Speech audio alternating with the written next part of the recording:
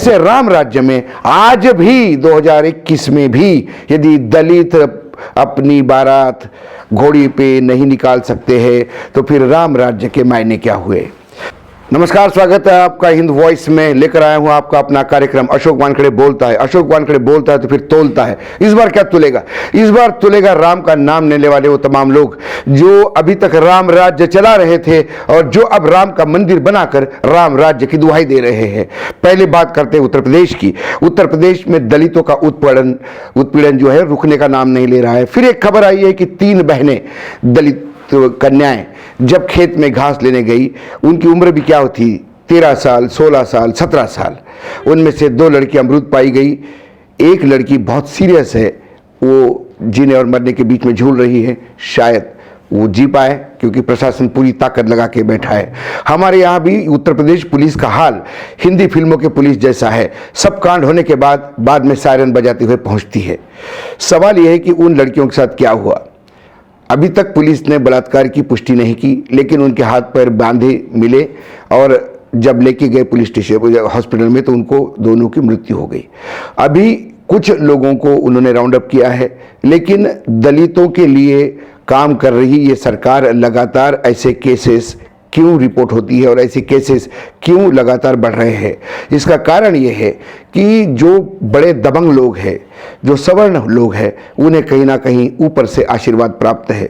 इसी वजह से 10 बार कोर्ट के आदेश आने के बाद भी, कई बार प्रधानमंत्री नरेंद्र मोदी ने बोलने के बाद भी और मुख्यमंत्री योगी आदित्यनाथ ने बोलने के बाद भी यदि सबका साथ सबका विकास के नाम पे दलितों का उत्पीड़न ही होता है तो हमें ये बात माननी होगी कि या तो नेता झूठ बोलते हैं या फिर नेताओं की पकड़ प्रशासन से खत्म हो गई है। ये बात तो उत्तर प्रदेश की हो गई, जहां 1500 करोड़ रुपए करीब करीब इकट्ठा हो रहे हैं राम मंदिर बनाने के लिए। मैं बार बार कहता हूं, आपके शो में कई बार कह चुका हूं, राम राज्य राम के मंदिर स्थापन करने से नहीं होता। राम क्या है ये समझने की ज़रूरत है। राम राज्य का कंसेप्ट क्या है ये समझने की ज़रूरत है। और वो समाज में जब तक आप लागू नहीं करते तब तक ये राम के मंदिर के मायने कोई नहीं है। क्योंकि क्या राम उस मंदिर में रहेंगे? राम शबरी के राम हैं, राम केवट के राम हैं, राम मात्र सवर्णों के नहीं थे। राम की तो सेना में वो तमाम आदिवासी लोग थे, वो बंदर थे, वो भालू थे, जटायु जैसे पक्षी का राम ने साथ लिया। ये जब सब रामायण पढ़ते हैं तो फिर रामायण पढ़ने के बाद अब घर में क्या ले जाते हैं, या रामायण सुनने के बाद हम घर में क्या ले जाते हैं। क्योंकि रामायण सुनना और रामायण पढ़ना, राम का नाम लेना शायद अब एक फैशन हो गया है या एक राजनीतिक ताकत हो गई है जिससे सत्ता पक्ष के आप करीब जाते हो। दिखाई तो ऐसा ही देता है। दूसरा कहानी मैं सुनाने जा रहा हूँ वो है गुजरात की। गुजरात में उत्तरी गुजरात का एक इलाका है जिसका नाम है नांदीसन एरिया है उत्तरी गुजरात का। उत्तर गुजरात में आदिवासी और दलित ज़्यादा है।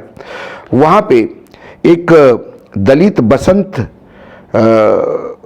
नाम का एक दलित है, उसका बेटी की शादी थी।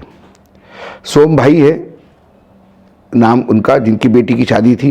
और वहाँ पे एक चलन है दलितों में कि बेटी की शादी में पहले बेटी जो दुल्हन होती है उसकी एक शोभा यात्रा निकलती है। तो जब बेटी की शोभा यात्रा निकल रही थी तो बेटी घोड़ी पे बैठी हुई थी, तो उसे घोड़ी से दबंगों ने उतार दिया। उसके भाई के साथ मारपीट हुई, जो बाराती लोग थे उनके साथ मारपीट हुई। क्योंकि गुजरात में आज भी ये चलन है, उत्तर प्रदेश में भी ये चलन है कि जो दबंग लोग हैं वो नहीं चाहते कि दलित की बारात घोड़ी पे आए, दलित कोई सेलिब्रेशन बड़े जातियों जैसा करे। तो फिर जहां नरेंद्र मोदी के 15 साल का राम राज्य स्थापित हुआ, जहां आज भी केशुभाई पटेल से लेकर नरेंद्र मोदी तक 25 साल यदि हम वो देखें और उसके बाद लगातार 2 बार मतलब 10 साल और देखें, तो फिर 35 साल का यदि राम राज्य बीजेपी का शासन वहां है। और बीजेपी का शासन के मायने राम राज्य है क्योंकि राम उनकी बपूती हो चुका है। ऐसे राम राज्य में आज भी 2021 में भी यदि दलित अपनी बारात घोड़ी पे नहीं निकाल सकते हैं तो फिर राम राज्य के मायने क्या हुए। सबका विकास सबका साथ कहां हो गया। तो फिर ये जो जुमला गढ़ा गया है लोकसभा में कि हम 2 और हमारे 2, कहीं सरकारें हम 2 और हमारे 2 के चक्कर में तो नहीं है। हर राज्य सरकार के 2 अलग है, केंद्र सरकार के 2 तो सारी दुनिया को पता है। तो जब तक समाज का अंतिम व्यक्ति न्याय नहीं पाता, समाज में जीने का अधिकार जो संविधान ने उसको दिया है उस पे जी नहीं पाता, तो फिर आपके तमाम भाषण, मन की बात, तन की बात, धन की बात जो भी है वो किसी मायने नहीं रखती। यह आप सबके लिए एक बड़ा सवाल है कि क्या दलित हमारे यहाँ आज भी उपेक्षित है? क्या हमारे यहाँ वर्ण व्यवस्था आज भी वैसे ही चल रही है जैसे 1857 में चल रही थी? एक सवाल आपके बीच में छोड़ के जा रहा हूं, विचार कीजिए। और मैं बार बार बोलता हूं, चुनाव को 5 साल हो सकते हैं, कहीं 3 साल हो सकते हैं, कहीं 2 साल हो सकते हैं। आपको मात्र एक 30 सेकंड का टाइम मिलता है एक बटन दबाने के लिए। वो 30 सेकंड आने वाले भविष्य आपका तय करते हैं।